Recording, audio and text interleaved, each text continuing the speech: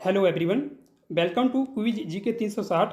दोस्तों, आज की वीडियो में हम देखने वाले हैं जुलाई मंथ के करंट अफेयर के टॉप 31 क्वेश्चन। अगर आप किसी भी एग्जाम की तैयारी करते हैं तो ये वीडियो आपके लिए महत्वपूर्ण रहने वाला है, इसलिए पूरा वीडियो आप ध्यान से देखिएगा। तो चलिए शुरू करते हैं आज का वीडियो। पहला क्वेश्चन है, मीथेन से संचालित रॉकेट जिसका नाम जूके 2 है, लॉन्च करने वाला दुनिया का पहला देश कौन बना है? तो ये पहला देश चीन है जिसने मीथेन से संचालित रॉकेट लॉन्च किया और इसका नाम क्या है? जूके 2 नाम है इसका। तो राइट आंसर है ऑप्शन नंबर सी, चीन। और बात करें जर्मनी की, तो जर्मनी ने हाइड्रोजन से दुनिया की पहली ट्रेन चलाई थी। अब बात करते हैं चीन के बारे में। तो चीन की स्पेस एजेंसी CNSA है जिसका पूरा नाम है चाइना नेशनल स्पेस एडमिनिस्ट्रेशन, और जिसकी राजधानी क्या है? बीजिंग। और सबसे बड़ा शहर जनसंख्या के मामले में शंघाई है, और मुद्रा इसकी रेनबिन भी चलती है, और राष्ट्रपति शी जिनपिंग हैं। क्वेश्चन नंबर दूसरा, मिशन चंद्रयान 3 को किस रॉकेट से लॉन्च किया गया है? तो इसे LVM-3M4 के द्वारा लॉन्च किया गया है। तो राइट आंसर है ऑप्शन नंबर बी, LVM-3M4। तो मिशन चंद्रयान 3 को LVM-3M4 रॉकेट से लॉन्च किया गया है। और रॉकेट LVM-3M4 का उपनाम क्या है? तो इसका उपनाम फैट बॉय रखा गया है। अब बात करें चंद्रयान 3 के बारे में, तो इसे 14 जुलाई 2023 को इसरो के द्वारा लॉन्च किया गया है। इसे श्रीहरिकोटा, जो आंध्र प्रदेश में स्थित है, सतीश धवन अंतरिक्ष केंद्र से सफलतापूर्वक लॉन्च किया गया है। चंद्रयान 3 मिशन का मकसद चंद्रमा की सतह पर उतरना और उसका परीक्षण करना है। चंद्रमा के दक्षिणी ध्रुव पर यह उतरेगा। अब बात करते हैं इसरो की, तो इसरो का पूरा नाम है इंडियन स्पेस रिसर्च ऑर्गेनाइजेशन। यह अंतरिक्ष विभाग के तहत संचालित होता है, जिसकी देखरेख भारत के प्रधानमंत्री करते हैं। और इसरो की स्थापना कब हुई थी? तो इसरो की स्थापना 15 अगस्त 1969 में हुई है। और इसका मुख्यालय कहाँ है? तो इसरो का मुख्यालय बेंगलोर, कर्नाटक में है। और इसके वर्तमान में अध्यक्ष कौन है? तो F सोमनाथन इसरो के वर्तमान में अध्यक्ष हैं। तीसरा क्वेश्चन है, गुजरात हाई कोर्ट की नई मुख्य न्यायाधीश कौन बनी है? तो इसका राइट आंसर है option number B, Sunita Agarwal. Sunita Agarwal Gujarat high court की नई मुख्य न्यायाधीश बनी है। और बात करें सोनिया गोकानी की, तो ये गुजरात की पहली महिला मुख्य न्यायाधीश बनी थी। अब बात करें उच्च न्यायालय या हाई कोर्ट के बारे में, तो उच्च न्यायालय में न्यायाधीशों की नियुक्ति भारत के राष्ट्रपति द्वारा संविधान के अनुच्छेद 217 के तहत भारत के मुख्य न्यायाधीश और राज्यों के राज्यपाल के परामर्श से की जाती है। 1 जनवरी 2019 को स्थापित आंध्र प्रदेश उच्च न्यायालय और तेलंगाना उच्च न्यायालय नवीनतम उच्च न्यायालय हैं। वर्तमान में देश में 25 उच्च न्यायालय हैं। कोलकाता उच्च न्यायालय देश का सबसे पुराना उच्च न्यायालय है, जिसकी स्थापना 2 जुलाई 1862 को हुई थी। और भारत के राष्ट्रपति सर्वोच्च न्यायालय के मुख्य न्यायाधीश की नियुक्ति करते हैं। तो भारत के सर्वोच्च न्यायालय के मुख्य न्यायाधीश की नियुक्ति कौन करते हैं? तो इनकी नियुक्ति राष्ट्रपति के द्वारा की जाती है। और राष्ट्रपति के द्वारा ही हाई कोर्ट के उच्च न्यायालयों के न्यायाधीशों की नियुक्ति भी की जाती है, लेकिन उनके लिए मुख्य न्यायाधीश और राज्यपाल के परामर्श से की जाती है उनकी नियुक्ति। अब बात करते हैं कौन क्या जो रिसेंटली अपॉइंटमेंट हुए 2023 में। तो गुजरात हाई कोर्ट की तो मुख्य न्यायाधीश सुनीता अग्रवाल बनी है। और IIT मद्रास के जंजीबार कैंपस की पहली महिला निदेशक प्रीति अगालमे को नियुक्त किया गया है। और उज्बेकिस्तान के पुनः राष्ट्रपति शवाकत मिर्जियोयेव बने हैं। और भारतीय दृष्टिबाधित क्रिकेट संघ यानी CABI केवी के सबसे युवा महासचिव शैलेंद्र यादव बने हैं। और इसके अध्यक्ष कौन बने हैं?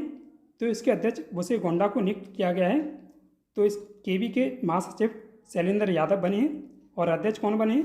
बुसे गोंडा। और अभी हाल ही में एशियाई ओलंपिक परिषद यानी OCA के नए अध्यक्ष कौन बने थे? शेख तलाल फैद अल सबाह। और टीम इंडिया के मुख्य चयनकर्ता कौन बने हैं? तो अजीत अगरकर टीम इंडिया के नए मुख्य चयनकर्ता बने हैं।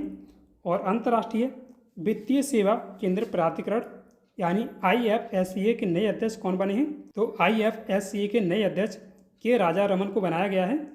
और महाराष्ट्र के उप मुख्यमंत्री अजीत पवार बने थे।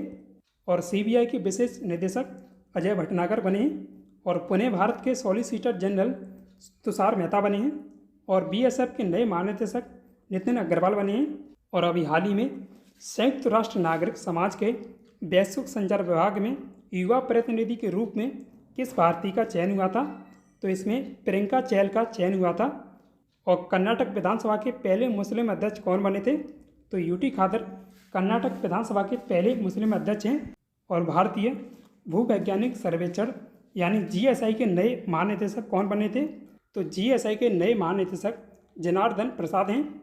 और यूडीआई के नए सीईओ अमित अग्रवाल हैं। और नेशनल टेस्टिंग एजेंसी यानी एनटीए के नए महानिदेशक सुबोध कुमार सिंह हैं। और पाकिस्तान के नए मुख्य न्यायाधीश किसे नियुक्त किया गया है? काजी फैज ईसा को पाकिस्तान का नया मुख्य न्यायाधीश नियुक्त किया गया है। और रॉ के नए प्रमुख कौन बने हैं? तो रवि सिन्हा रॉ के नए प्रमुख हैं। और ट्विटर की नई सीईओ कौन है? तो लिंडा याकारिनो ट्विटर की नई सीईओ हैं। अगला प्रश्न है, टेनिस विंबलडन ओपन 2023 पुरुष सिंगल्स का खिताब किसने जीता है? तो ये खिताब कार्लोस अल्कराज द्वारा जीता गया है। तो इसका राइट आंसर है option number B, Carlos Alcaraz.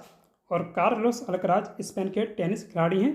तो टेनिस विंबलडन ओपन 2023 पुरुष सिंगल्स का खिताब कार्लोस अल्कराज के द्वारा जीता गया है। नोवाक जोकोविच अपना 24वां ग्रैंड स्लैम खिताब जीतने से चूक गए, लेकिन अभी नोवाक जोकोविच सर्वाधिक ग्रैंड स्लैम जीतने वाले टेनिस खिलाड़ी बने हुए हैं, क्योंकि नोवाक जोकोविच ने 23 ग्रैंड स्लैम खिताब जीते हैं अब तक। कार्लोस अल्कराज ने यह अपना अब तक का दूसरा ग्रैंड स्लैम खिताब जीता है। इससे पहले उन्होंने 2022 का यूएस ओपन जीता था।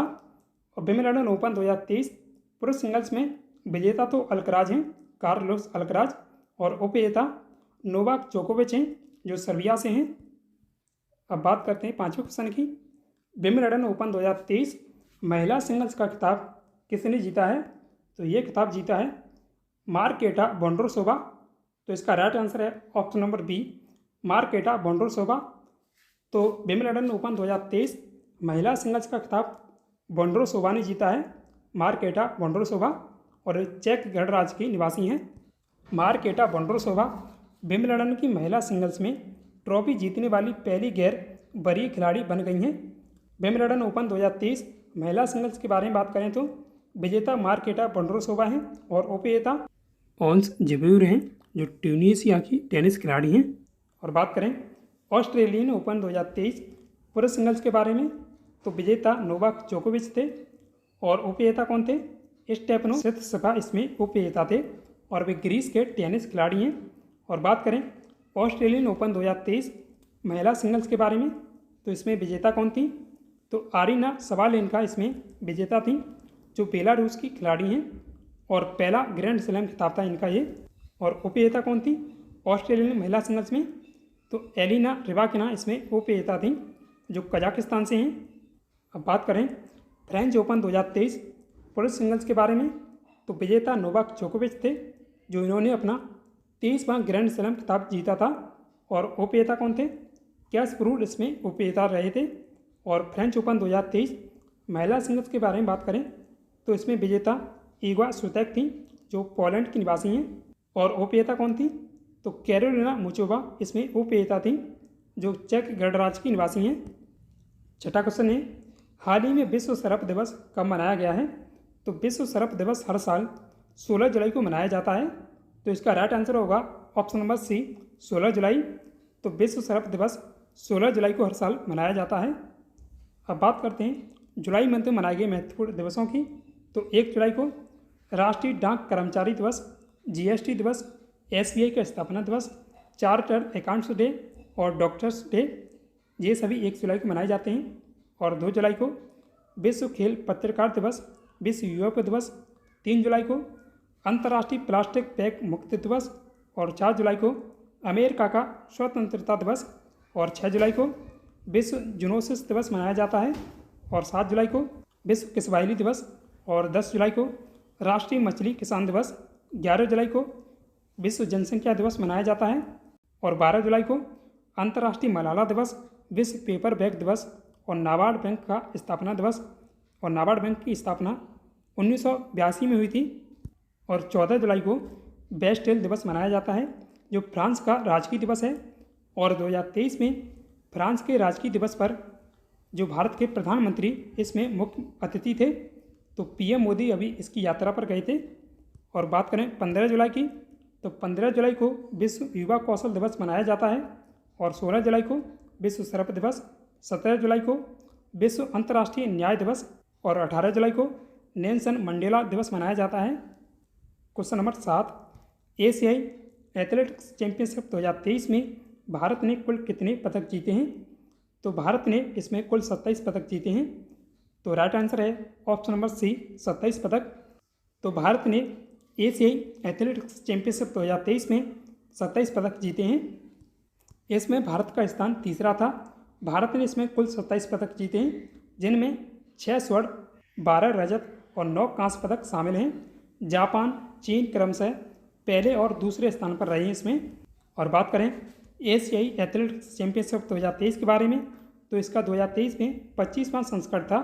मेजबानी बैंकॉक थाईलैंड ने की थी 12 से 16 जुलाई 2023 तक। और इसका शुभंकर क्या था? शुभंकर हनुमान जी या बजरंग बली थे। और प्रारंभ कब हुआ था इस प्रतियोगिता का? तो प्रारंभ हुआ था 1973 में। क्वेश्चन नंबर 8, नीति आयोग की राष्ट्रीय बहुआयामी गरीबी सूचकांक रिपोर्ट 2023 के अनुसार वित्त वर्ष 2015-16 और 2019-20 में कितने लोग गरीबी से बाहर आए हैं? तो इसका राइट आंसर है ऑप्शन नंबर बी, 13.5 करोड़ लोग। नीति आयोग की राष्ट्रीय बहुआयामी गरीबी सूचकांक रिपोर्ट 2023 के अनुसार वित्त वर्ष 2015-16 और 2019-20 में गरीबी से बाहर आए हैं। यह सूचकांक स्वास्थ्य, शिक्षा, जीवन स्तर से जुड़े 12 मानकों पर जारी किया जाता है। इन पिछले 5 सालों के दौरान सबसे अधिक उत्तर प्रदेश में 3.43 करोड़ लोग बहुआयामी गरीबी से मुक्त हुए हैं। नीति आयोग के अध्यक्ष कौन हैं? तो नीति आयोग के अध्यक्ष अभी पीएम नरेंद्र मोदी हैं। तो पीएम ही इसके अध्यक्ष होते हैं। और नीति आयोग के उपाध्यक्ष कौन हैं? नीति आयोग के उपाध्यक्ष सुमन बेरी हैं। और नीति आयोग के सीईओ बीवीआर सुब्रमण्यम हैं। क्वेश्चन नंबर 9, शवाकत मिर्जियोयेव किस देश के पुनः राष्ट्रपति बने हैं? तो शवाकत मिर्जियोयेव उज्बेकिस्तान के पुनः राष्ट्रपति बने हैं। तो इसका राइट आंसर है ऑप्शन नंबर सी, उज्बेकिस्तान। और बात करें उज्बेकिस्तान की, तो इसका सबसे बड़ा शहर और राजधानी ताशकंद है और मुद्रा यहाँ सोम चलती है। राष्ट्रपति शवाकत मिर्जियोयेव बने अभी। 10वां क्वेश्चन है, भारत ने हिंदी भाषा को बढ़ावा देने के लिए संयुक्त राष्ट्र में कितने डॉलर का योगदान दिया है? तो भारत ने हिंदी भाषा को बढ़ावा देने के लिए संयुक्त राष्ट्र में 10 लाख डॉलर का योगदान दिया है। तो इसका राइट आंसर है option number A, 10 lakh dollar. Question number 11, badminton में सबसे तेज स्मैश लगाने का विश्व रिकॉर्ड किसने बनाया है? तो ये रिकॉर्ड सात्विक साई राज रैंकी रेड्डी द्वारा बनाया गया है। तो इसका राइट आंसर है ऑप्शन नंबर सी, सात्विक साई राज रैंकी रेड्डी। तो सात्विक साई राज रैंकी रेड्डी ने बैडमिंटन में सबसे तेज स्मैश लगाने का विश्व रिकॉर्ड बनाया है। भारत के स्टार बैडमिंटन खिलाड़ी सात्विक साई राज रैंकी रेड्डी ने 565 किलोमीटर प्रति घंटा की रफ्तार के स्मैश के साथ बैडमिंटन में किसी पुरुष खिलाड़ी द्वारा सबसे तेज हिट का गिनीज विश्व रिकॉर्ड बनाया है। रैंकी रेड्डी ने मलेशिया के टेन वू ह्योंग के 493 किलोमीटर प्रति घंटा की गति का रिकॉर्ड तोड़ा है। और महिलाओं में सबसे तेज उनकी जो स्मैश की गति है 493 किलोमीटर प्रति घंटा। तो बैडमिंटन में स्मैश का रिकॉर्ड मलेशिया की 10 पियर ली के नाम है। और बात करें एक्स्ट्रा फैक्ट के बारे में, तो अभी हाल ही में सात्विक साई राज रैंकी रेड्डी और चिराग शेट्टी पहली भारतीय जोड़ी बनी थी जिसने इंडोनेशिया ओपन का खिताब जीता था। तो इन्होंने ये 2023 का इंडोनेशिया ओपन का खिताब जीता था और इसे जीतकर वो पहली जोड़ी बन गई थी जिसने इंडोनेशिया ओपन का खिताब जीता है। पहली भारतीय जोड़ी है। क्वेश्चन नंबर 12, आरबीआई के अनुसार जुलाई 2023 समाप्त सप्ताह में भारत का विदेशी मुद्रा भंडार बढ़कर कितना पहुंच गया है? तो भारत का विदेशी मुद्रा भंडार बढ़कर 596.28 अरब डॉलर पहुंच गया है। तो इसका राइट आंसर होगा option number D. Question number 13, champion of health care innovation award 2023 से किसे सम्मानित किया गया है? तो यह अवार्ड 2023 में डॉक्टर एमी बेरा को मिला है। तो इसका राइट आंसर है option number B, doctor Ami Bera. तो champion of health care innovation award doctor 2023 का डॉक्टर एमी बेरा को मिला है। अमेरिका में भारतवंशी डॉक्टर एमी बेरा को champion of health care innovation award 2023 से सम्मानित किया गया है। अब बात करें अन्य इंपॉर्टेंट अवार्ड के बारे में, तो स्पिनोजा पुरस्कार या डच नोबेल पुरस्कार 2023 के लिए जोयिता गुप्ता जो भारतवंशी वैज्ञानिक हैं तो इन्हें नामित किया गया था। इकबाल मसीहा पुरस्कार 2023 के विजेता ललिता नटराजन हैं। मार्कोनी पुरस्कार 2023 के विजेता हरि बालकृष्णन हैं और एबल पुरस्कार 2023 के विजेता लुइस कैपरेली हैं जो अर्जेंटीना के निवासी हैं। क्वेश्चन नंबर 14, एप्पल के लिए आईफोन बनाने वाली कंपनी फॉक्सकॉन ने भारत के किस शहर में अपना संयंत्र स्थापित करने की घोषणा की है? तो जो एप्पल के लिए आईफोन बनाने वाली कंपनी फॉक्सकॉन है ये भारत के कर्नाटक में अपना संयंत्र स्थापित करेगी। तो इसका राइट आंसर है ऑप्शन नंबर डी, कर्नाटक। बात करें कर्नाटक की, तो कर्नाटक के मुख्यमंत्री सिद्धरमैया हैं जो 24वें मुख्यमंत्री बने हैं और इसमें विधानसभा की कुल सीटें 224 हैं और अभी कांग्रेस ने 224 सीटों में से 135 सीटें जीती हैं 2023 में, जो मई में 2023 में चुनाव हुए थे। और कर्नाटक के उप मुख्यमंत्री DK शिवकुमार हैं और राज्यपाल थावरचंद गहलोत हैं और कर्नाटक विधानसभा के पहले मुस्लिम अध्यक्ष UT खादर बने हैं। और बात करें एक्स्ट्रा फैक्ट के बारे में, तो इससे पहले फॉक्सकॉन ने नए इलेक्ट्रॉनिक मैन्युफैक्चरिंग संयंत्र की आधारशिला तेलंगाना के रंगारेड्डी जिले में रखी थी और फॉक्सकॉन ताइवान की कंपनी है। दोस्तों, अगर वीडियो पसंद आ रहा हो तो वीडियो को लाइक कीजिएगा और अपने दोस्तों के साथ इसे शेयर भी कीजिएगा और ऐसे ही वीडियो पाने के लिए अपने क्विज GK 360 यूट्यूब चैनल को सब्सक्राइब भी कर लीजिएगा। 15वां क्वेश्चन है, हाल ही में किसने राष्ट्रीय अनुसूचित जाति आयोग के अध्यक्ष पद से इस्तीफा दिया है? तो इसके अध्यक्ष अभी विजय सांपला थे। तो विजय सांपला ने राष्ट्रीय अनुसूचित जाति आयोग के अध्यक्ष पद से इस्तीफा दिया है। तो इसका राइट आंसर है option number C, Vijay Sampla. Question number 16, हाल ही में किस राज्य के 2 बार के पूर्व मुख्यमंत्री ओमन चांडी का निधन हो गया? तो ओमन चांडी केरल के 2 बार के पूर्व मुख्यमंत्री थे तो उनका अभी हाल ही में निधन हो गया है। तो इसका राइट आंसर है ऑप्शन नंबर ए, केरल। और बात करें केरल की, तो इसकी राजधानी तिरुवनंतपुरम है और मुख्यमंत्री पिनराई विजयन है और राज्यपाल आरिफ मोहम्मद खान है। और एक्स्ट्रा फैक्ट में बात करें तो केरल देश का पहला राज्य है जिसके पास राज्य के सभी पुलिस जिलों में ड्रोन प्रणाली है। PM नरेंद्र मोदी ने भारत की पहली वाटर या जल मेट्रो का उद्घाटन केरल के कोची में किया था। PM नरेंद्र मोदी ने देश के पहले डिजिटल साइंस पार्क की आधारशिला केरल के तिरुवनंतपुरम में रखी थी और केरल की पहली वंदे भारत ट्रेन को किसने हरी झंडी दिखाई थी? तो इसको PM नरेंद्र मोदी के द्वारा हरी झंडी दिखाई गई थी। क्वेश्चन नंबर 17, 2023 संयुक्त राष्ट्र जलवायु शिखर सम्मेलन यानी COP28 की मेज़बानी कौन करेगा? तो इसकी मेज़बानी दुबई करेगा, दुबई संयुक्त अरब अमीरात। तो इसका राइट आंसर है ऑप्शन नंबर बी, दुबई। तो 2023 के संयुक्त राष्ट्र जलवायु सम्मेलन यानी COP28 की मेज़बानी दुबई संयुक्त अरब अमीरात करेगा। तो COP28 की अध्यक्षता कौन करेंगे? सुल्तान अल जाबेर COP28 2023 की मेज़बानी करेंगे और इसका आयोजन 30 नवंबर से 12 दिसंबर 2023 तक होगा।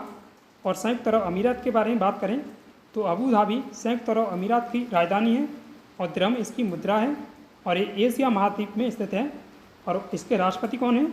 तो मोहम्मद बिन जायद अल नहयान इसके राष्ट्रपति हैं। क्वेश्चन नंबर 18, 49वें किंग्स कप फुटबॉल टूर्नामेंट 2023 की मेज़बानी कौन करेगा? तो इसकी मेज़बानी थाईलैंड करेगा। राइट आंसर है ऑप्शन नंबर बी, थाईलैंड। तो 49वें किंग्स कप फुटबॉल टूर्नामेंट 2023 की मेज़बानी थाईलैंड करेगा।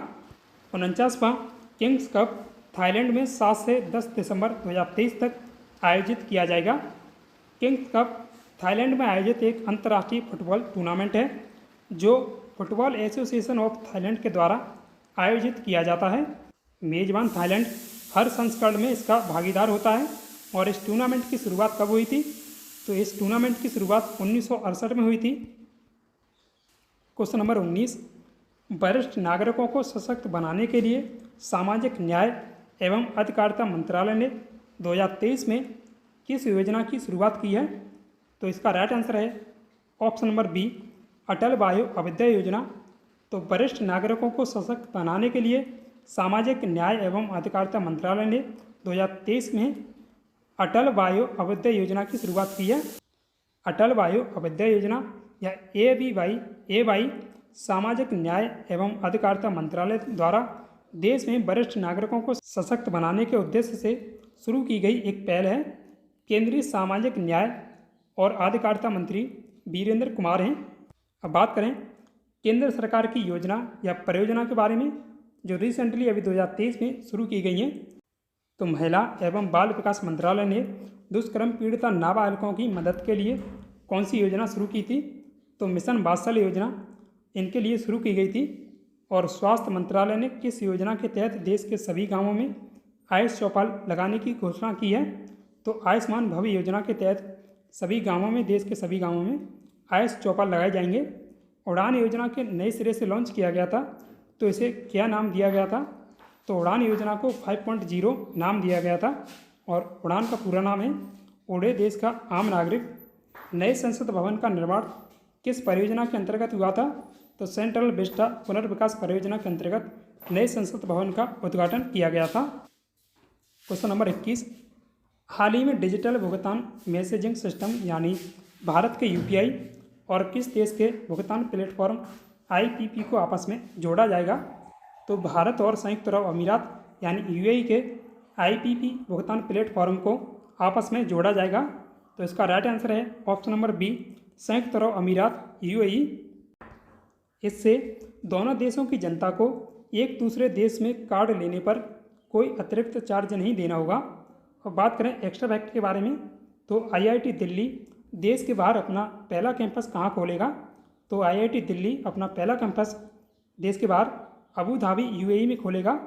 और IIT दिल्ली से पहले अभी IIT मद्रास ने अपना कैंपस कहाँ खोलने की घोषणा की थी? तो IIT मद्रास अपना कैंपस जो जंजीबार तंजानिया में खोलेगा। तो पहला IIT कौन सा है जो देश के बाहर अपना कैंपस खोलेगा? तो वो पहला IIT मद्रास है जो देश के बाहर अपना पहला IIT कैंपस खोलेगा। तो IIT दिल्ली देश का दूसरा IIT बना है जो देश के बाहर अपना कैंपस खोलेगा। और अभी हाल ही में भारत और किस देश की स्थानीय मुद्रा में कारोबार के लिए समझौता हुआ था? तो ये भारत और संयुक्त अरब अमीरात यानी UAE के साथ हुआ था। और 2023 के संयुक्त राष्ट्र जलवायु शिखर सम्मेलन यानी COP28 की अध्यक्षता दुबई संयुक्त अरब अमीरात कर रहा है।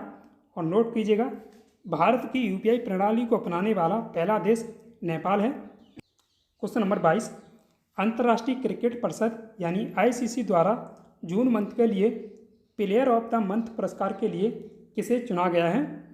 तो इसका राइट आंसर है ऑप्शन नंबर सी, A और B दोनों। पुरुषों में बानिंदु हसरंगा और महिलाओं में एशले गार्डन को ICC के द्वारा जून मंथ के लिए प्लेयर ऑफ द मंथ पुरस्कार के लिए चुना गया है। बानिंदु हसरंगा श्रीलंका के क्रिकेटर हैं और एशले गार्डन ऑस्ट्रेलिया की महिला क्रिकेटर हैं। एशले गार्डन 3 बार प्लेयर ऑफ द मंथ पुरस्कार जीतने वाली पहली खिलाड़ी बनी है। क्वेश्चन नंबर 23, हाल ही में किस देश ने BBC मीडिया की मान्यता रद्द की है? तो सीरिया ने अभी हाल ही में BBC मीडिया की मान्यता रद्द की है। तो इसका राइट आंसर है option number C, Syria.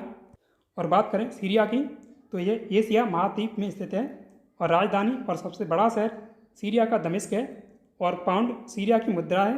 Syria के राष्ट्रपति बशर अल असद हैं। क्वेश्चन नंबर 24, राष्ट्रीय कृषि और ग्रामीण विकास बैंक यानी नाबार्ड ने 12 जुलाई 2023 को अपना कौन सा स्थापना दिवस मनाया है? तो नाबार्ड ने 2023 में यह अपना 42वां स्थापना दिवस मनाया है। तो इसका राइट आंसर है ऑप्शन नंबर सी, 42वां। तो नाबार्ड का 12 जुलाई 2023 को कौन सा स्थापना दिवस था? 42वां स्थापना दिवस था इसका ये। अब बात करते हैं नाबार्ड की, तो नाबार्ड का पूरा नाम है national bank for agriculture and rural development. Bharat में क्षेत्रीय ग्रामीण बैंकों और शीर्ष सहकारी बैंकों के समग्र विनिमय के लिए एक शीर्ष नियामक निकाय है। नाबार्ड का गठन 12 जुलाई 1982 को हुआ था। इसका मुख्यालय मुंबई महाराष्ट्र में है और वर्तमान में इसके अध्यक्ष साजी केवी हैं। 25वां क्वेश्चन है, 19वें एशियाई खेल 2023 की मेजबानी कौन सा देश करेगा? तो इनकी मेज़बानी हांगझाऊ चाइना करेगा। तो इसका राइट आंसर है ऑप्शन नंबर सी, हांगझाऊ चीन। तो 19वें एशियाई खेल की मेज़बानी चीन करेगा। और इसमें भारतीय क्रिकेट टीम का प्रतिनिधित्व कौन करेंगे? तो भारतीय पुरुष क्रिकेट टीम के कप्तान ऋतुराज गायकवाड़ हैं और भारतीय महिला क्रिकेट टीम की कप्तान हरमनप्रीत कौर हैं। ये दोनों भारत की ओर से इसमें प्रतिनिधित्व करेंगे। बात करें एशियाई खेलों की, तो इनका प्रारंभ हुआ था 1951 में। ये नई दिल्ली भारत में खेले गए थे पहले एशियाई खेल। और 18वें एशियाई खेल की मेज़बानी जकार्ता पालेमबांग ने की थी। ये इंडोनेशिया के दोनों शहर हैं। और 19वें एशियाई खेलों की मेज़बानी हांगझाऊ चाइना कर रहा है। ये 2022 के खेल हैं, लेकिन इनका आयोजन अभी 2023 में होना है। 23 से 8 अक्टूबर 2023 तक इनका आयोजन होगा चाइना में। अगला प्रश्न है 17 से 18 जुलाई 2023 तक G20 समूह के देशों की तीसरी वित्त मंत्रियों और केंद्रीय बैंकों के गवर्नरों की बैठक कहाँ हुई है? तो इनकी बैठक हुई थी गांधीनगर गुजरात में। तो इसका राइट आंसर है option number B, Gandhinagar Gujarat. तो 2023 में G20 समूह देशों की तीसरी वित्त मंत्रियों और गवर्नरों की बैठक कहाँ हुई थी? गांधीनगर गुजरात में हुई है। अब बात करें भारतीय G20 की अध्यक्षता के तहत G20 वित्त मंत्रियों और केंद्रीय गवर्नरों की बैठक के बारे में। तो ये पहली बैठक बेंगलुरु कर्नाटक में हुई थी 2023 में फरवरी में। और दूसरी बैठक वाशिंगटन DC अमेरिका में हुई थी। नोट कीजिएगा, दूसरी बैठक 12 से 13 अप्रैल 2023 को अंतर्राष्ट्रीय मुद्रा कोष और विश्व बैंक समूह की 2023 की स्प्रिंग मीटिंग के दौरान आयोजित की गई थी। और तीसरी बैठक अभी गांधीनगर गुजरात में हुई है। और तीसरी बैठक में केंद्रीय वित्त मंत्री निर्मला सीतारमण और रिजर्व बैंक ऑफ इंडिया के गवर्नर शक्तिकांत दास ने संयुक्त रूप से इसकी अध्यक्षता की थी। विश्व बैंक के अध्यक्ष अजय बंगा ने अमेरिकी वित्त मंत्री जेनेट येलेन के साथ गांधीनगर में स्थित विद्या समीक्षा केंद्र का दौरा किया है। वो भी इस बैठक में भाग लेने के लिए आए थे। नेक्स्ट क्वेश्चन है भारत की अध्यक्षता में तीसरी G20 शेरपा बैठक कहाँ हुई है? तो इसका राइट आंसर होगा option number B, Hampi Karnataka में भारत की अध्यक्षता में तीसरी G20 शेरपा बैठक हुई है। और बात करें भारतीय G20 की अध्यक्षता के तहत अब तक हुई शेरपा बैठकों के बारे में, तो पहली बैठक उदयपुर राजस्थान में हुई थी दिसंबर 2022 में। और दूसरी बैठक केरल में हुई थी। और तीसरी बैठक अभी हम्पी कर्नाटक में हुई है जुलाई 2023 में। और नोट कीजिएगा, भारतीय G20 शेरपा अमिताभ कांत की अध्यक्षता में हम्पी कर्नाटक में G20 शेरपा की तीसरी बैठक 16 जुलाई 2023 को संपन्न हुई है। नेक्स्ट क्वेश्चन है ग्लोबल फायर पावर की रिपोर्ट 2023 के अनुसार दुनिया की सबसे शक्तिशाली सेनाओं की रैंकिंग में भारत किस स्थान पर है? तो भारत इसमें चौथे स्थान पर है। तो राइट आंसर होगा ऑप्शन नंबर बी, चौथा। तो ग्लोबल फायर पावर की रिपोर्ट 2023 के अनुसार दुनिया की सबसे शक्तिशाली सेनाओं में भारत का स्थान चौथा है। ग्लोबल फायर पावर की रिपोर्ट 2023 में अमेरिका पहले स्थान पर है और भारत का स्थान इसमें चौथा है। और अंतिम जो सबसे कम शक्तिशाली सेना है वो भूटान की सबसे कम शक्तिशाली सेना है। तो भूटान का स्थान इसमें लास्ट है। नेक्स्ट क्वेश्चन है चंद्रयान 3 के मिशन डायरेक्टर कौन है? तो चंद्रयान 3 के mission director S Mohan Kumar हैं। तो इसका राइट आंसर होगा option number B, S Mohan Kumar. तो चंद्रयान 3 के mission director S Mohan Kumar हैं। अब बात करते हैं चंद्रयान 3 से जुड़े इंपॉर्टेंट फैक्ट के बारे में। तो चंद्रयान 2 का ये अधूरा मिशन है। Mission director S Mohan Kumar हैं इसके। और चांद की सतह पर कब उतरेगा चंद्रयान 3? 23 अगस्त 2023 को ये लॉन्च के 40 दिन बाद। इसमें चंद्रयान 2 के समान एक लैंडर और प्रज्ञा रोवर शामिल हैं, लेकिन इसमें कोई ऑर्बिटर शामिल नहीं है। क्वेश्चन नंबर 30 रॉकेट LVM-3M4 का उपनाम क्या दिया गया है? तो यहाँ उपनाम डबल हो गया है, तो उपनाम इसे दिया गया है फैट बॉय। तो LVM-3M4 का उपनाम क्या है? Fat boy. तो राइट आंसर है option number A, fat boy. Question number 30 port Blair में वीर सावरकर अंतर्राष्ट्रीय एयरपोर्ट के नए एकीकृत टर्मिनल भवन का उद्घाटन किसने किया है? तो इसका उद्घाटन PM नरेंद्र मोदी द्वारा किया गया है। तो राइट आंसर है option number B, PM Narendra Modi. PM Narendra Modi ने अंडमान निकोबार द्वीप समूह पर पोर्ट ब्लेयर में वीर सावरकर अंतर्राष्ट्रीय एयरपोर्ट के नए एकीकृत टर्मिनल भवन का उद्घाटन किया है। और अब बात करें अंडमान निकोबार द्वीप समूह की, तो यह एक केंद्र शासित प्रदेश है। इसमें 571 द्वीप शामिल हैं और इसकी स्थापना 1 नवंबर 1956 को हुई थी। राजधानी और सबसे बड़ा शहर पोर्ट ब्लेयर है अंडमान निकोबार का, और जिलों की संख्या इसमें 3 है। अभी उपराज्यपाल देवेंद्र कुमार जोशी हैं अंडमान निकोबार द्वीप समूह के। तो दोस्तों आज के वीडियो में बस इतना ही। आपका आज का सवाल है, टेनिस विंबलडन ओपन 2023 पुरुष सिंगल्स का खिताब किसने जीता है? तो इसका आंसर आप कमेंट में दीजिएगा। सो दोस्तों आशा करता हूँ आपको वीडियो पसंद आया होगा। वीडियो को लाइक कीजिएगा और साथ ही ऐसे ही वीडियो पाने के लिए अपने क्विज जीके 360 यूट्यूब चैनल को सब्सक्राइब भी कर लीजिएगा। Thanks for watching this video. जय हिंद, जय भारत।